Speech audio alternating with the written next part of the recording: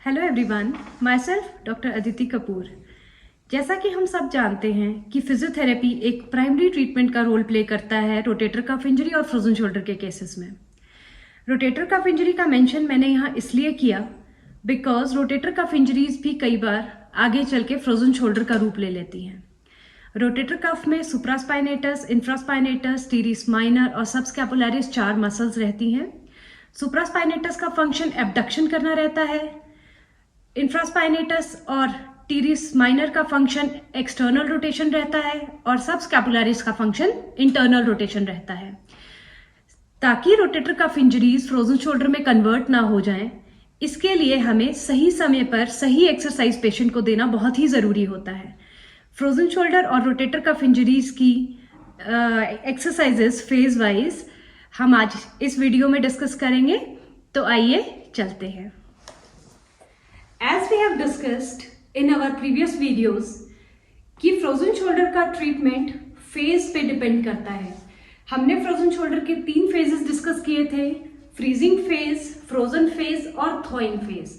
Frozen shoulder के particular phases के हिसाब से पर्टिकुलर एक्सरसाइजेस अगर पेशेंट को ना मिले तो फ्रोजन शोल्डर आगे प्रोग्रेस भी कर सकता है। लेकिन अगर हम सही फेज में सही एक्सरसाइज पेशेंट को दें तो frozen shoulder day by day better condition की तरफ जाता रहता है।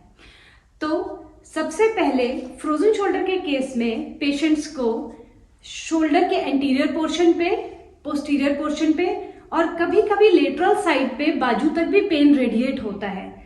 इसके लिए सबसे पहले हम एक सिंपल सा स्ट्रेच करेंगे और डिस्कस करेंगे फेज 1 में हम कौन कौन सी एक्सरसाइजेस पेशेंट को दे सकते हैं। फेज 1 में जो एक्सरसाइज हम दे सकते हैं उसमें सबसे पहली एक्सरसाइज है माइल्ड सा कैप्सुलर पैसिव स्ट्रेच। इसके लिए हम बाजू ऑपोजिट शोल्डर पे रखेंगे और एल्बो अपनी चिन की लेवल तक लेकर आएंगे। चिन की लेवल तक एल्बो लाने के बाद हम यहाँ पर अपने दूसरे हैंड से हल्की सी पैसिव मूवमेंट पेशेंट के शोल्डर पे देंगे। शोल्डर पे पैसिव मूवमेंट देने पर यहाँ पर माइल्ड स्ट्रेच फील होगा लेकिन पेन फील नहीं होगा। इस एक्सरसाइज को आप 10 बार रिपीट कर सकते हैं और बीच में 5 सेकेंड का होल्ड इसमें आप दें तो अच्छा रहेगा। दूसरी एक्सरसाइज पे बढ़ते हैं। दूसरी एक्सरसाइज में हमारे स्कैपुलर स्क्वीजेस आते हैं। स्कैपुलर स्क्वीज में हम अपने दोनों शोल्डर को रिट्रैक्शन की तरफ लेकर जाएंगे। जैसे मैं आपको पीछे से दिखाती हूं, ज्यादा अच्छा ऑब्जर्वेशन में आएगा।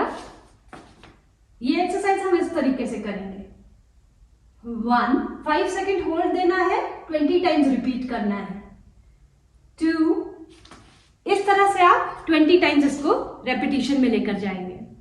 थर्ड एक्सरसाइज रहेगी हमारी pendular exercise. Pendular exercises shoulder की रेंज खोलने के लिए बहुत ही इंपॉर्टेंट एक्सरसाइजेस हैं।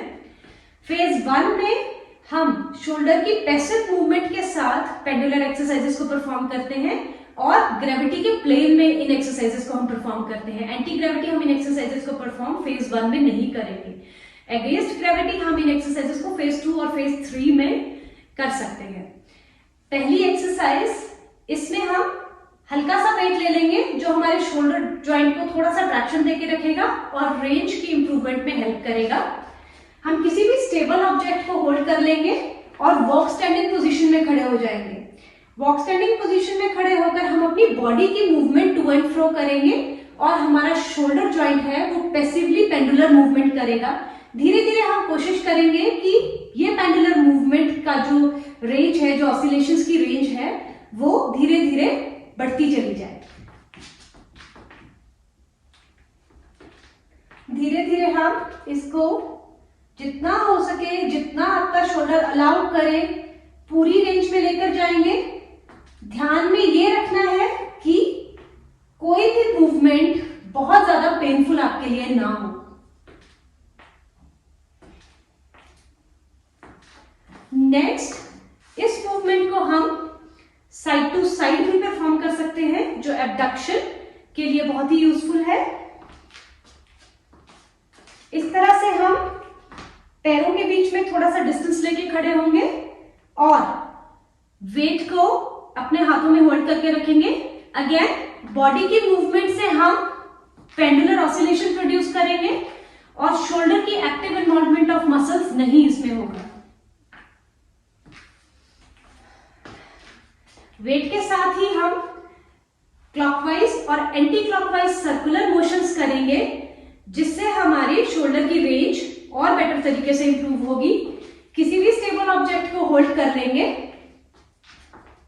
छोटे सर्कल से पहले क्लॉकवाइज डायरेक्शन में शुरू करेंगे और फिर धीरे धीरे धीरे धीरे रेंज को बढ़ाते चले जाएंगे और फिर धीरे धीरे धीरे वापस हम छोटे सर्कल्स पे आ जाएंगे। इस एक्सरसाइज को 20 टाइम्स रिपीट करेंगे। अगेन एंटी क्लॉकवाइज भी इस एक्सरसाइज को रिपीट करेंगे। छोटे सर्कल्स हम एंटी क्लॉकवाइज डायरेक्शन में बनाएंगे और धीरे धीरे धीरे इसकी रेंज को हम बढ़ाते चले जाएंगे। इस एक्सरसाइज में वेट बहुत ज्यादा नहीं होना चाहिए, बिकॉज हमें वेट एज अ रेजिस्टेंस नहीं चाहिए, जस्ट ट्रैक्शन पर्पस के लिए चाहिए। नेक्स्ट एक्सरसाइज की तरफ बढ़ते हैं। नेक्स्ट एक्सरसाइज हम पुली एक्सरसाइज करेंगे, जिसमें आपका अफेक्टेड शोल्डर वो पैसिव मूवमेंट करेगा और एक्टिव शोल्डर से हम मूवमेंट करने की कोशिश करेंगे, जोर लगाने की कोशिश करेंगे, जिससे हमारा पैसिव वाला जो लिम्ब है वो पूरी रेंज ऑफ मोशन में ऊपर जा सके। जैसे मान लीजिए मेरा राइट हैंड, राइट शोल्डर जो है वो अफेक्टेड शोल्डर है, इस पे हम पैसिव मूवमेंट देंगे, मतलब इसकी मसल्स को हम एक्टिव इन्वॉल्वमेंट में नहीं लाएंगे, दूसरे हैंड की मसल्स को यूज करके हम इसको पूरी रेंज में लेकर जाएंगे। आइए देखते हैं किस तरह। इस तरह से हम पुली को होल्ड कर लेंगे। आप अपने घर पे पुली को किसी रॉड के ऊपर वायर डाल के भी बना सकते हैं, जिससे आप घर पे भी इस एक्सरसाइज को बहुत अच्छे से परफॉर्म कर पाएंगे। देखिए, राइट शोल्डर को हम बिल्कुल जोर नहीं लगाएंगे और लेफ्ट हैंड से हम राइट शोल्डर को पूरी रेंज में लेकर जाने की कोशिश करेंगे। ये मूवमेंट हम फ्लेक्शन में भी कर सकते हैं और ये मूवमेंट हम एब्डक्शन रेंज को बढ़ाने के लिए भी इफेक्टिवली कर सकते हैं। बढ़ते हैं आगे नेक्स्ट एक्सरसाइज की तरफ। नेक्स्ट एक्सरसाइज में हम एक सॉफ्ट टॉवल का यूज करेंगे। टॉवल का यूज करने का यह फायदा है कि टॉवल जो है वो वॉल पे बहुत स्मूथली स्लाइड कर जाता है। आइए देखते हैं कैसे। सबसे पहले हम फ्लेक्शन के लिए टॉवल एक्सरसाइज करेंगे। टॉवल को जिस भी रेंज तक आपके शोल्डर की रेंज जाती है वहां पर वॉल पर रखें और अफेक्टेड हैंड से टॉवल को होल्ड कर लें। आपकी जो एल्बो है वो स्ट्रेट होनी चाहिए, रिस्ट जो है वो 90 डिग्री पे होनी चाहिए। आप इतना दूर वॉल से खड़े रहें कि आपकी जो एल्बो है वो स्ट्रेट रहे। अब धीरे धीरे आप वॉल पे टॉवल को स्लाइड करेंगे ऊपर की तरफ, और जब आपका डिस्टेंस इतना रह जाए कि बाजू और ऊपर नहीं जा रही है, तो आप एक स्टेप वॉल की तरफ ले लेंगे। फिर से आप टॉवल को ऊपर खींचेंगे और अपने शोल्डर की रेंज को बढ़ाएंगे।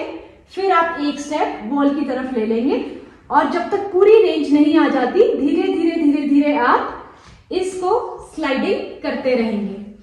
इसे आने में समय लग सकता है, 1 महीना भी लग सकता है। पेशेंटली आपको धीरे धीरे धीरे रेंज बढ़ानी होगी। इस एक्सरसाइज को आपको एब्डक्शन के लिए भी करना है। एब्डक्शन में भी इसी तरह से अपनी नॉर्मल जितनी आपकी रिस्ट्रिक्टेड रेंज है उसमें आप टॉवल को प्लेस कर लेंगे, और जैसे कि मैंने पहले भी बताया, एल्बो सीधी रहने तक के डिस्टेंस पे आप खड़े रहेंगे। फिर धीरे धीरे आप टॉवल को ऊपर स्लाइड करते रहेंगे और एक स्टेप जिसमें एल्बो स्ट्रेट रहे वॉल की तरफ लेते चले जाएंगे, और धीरे धीरे धीरे धीरे विद टाइम आप अपनी रेंज को बढ़ाते चले जाएंगे अनटिल एंड अनलेस आपकी रेंज पूरी 180 डिग्री आ चुकी हो। अब बात करेंगे थेराबैंड एक्सरसाइजेस के बारे में। फेज 1 में थेराबैंड की पैसिव एक्सरसाइजेस ही हम सिर्फ कर सकते हैं, कोई भी रेजिस्टेंस एक्सरसाइज थेराबैंड के साथ हमने नहीं करनी है। जैसे हम कोई थेराबैंड ले लेंगे, इसे ऐसे लूप कर लेंगे किसी भी स्टेबल चीज के साथ, अपनी बाजू को इस तरीके से थेराबैंड में डालिए और जो एल्बो रहेगी वो आपकी कमर के साथ सटी रहेगी। बिल्कुल सीधे पोस्टर में आपने खड़े रहना है। अब क्योंकि मूवमेंट हमें पैसिव चाहिए तो हम बाजू को मूव नहीं करेंगे, इसमें हम अपनी बॉडी को मूव करेंगे और जो हमारा शोल्डर है इसकी एक्सटर्नल रोटेशन जो है वो पैसिवली होती चली जाएगी। जैसे कि अगर हम अपनी बॉडी को फॉरवर्ड मूव करते हैं तो शोल्डर की एक्सटर्नल रोटेशन पैसिवली अपने आप हो जाएगी। ये एक्सरसाइज को आपने 20 टाइम्स रिपीट करना है। इसी बैंड के साथ हम पैसिव इंटरनल रोटेशन के ऊपर भी जोर देंगे, जैसे कि हम अगेन अपनी बॉडी को ही मूव करेंगे, शोल्डर को मूव नहीं करेंगे, लेकिन इंटरनल रोटेशन की पैसिव मूवमेंट प्रोड्यूस करेंगे। जैसे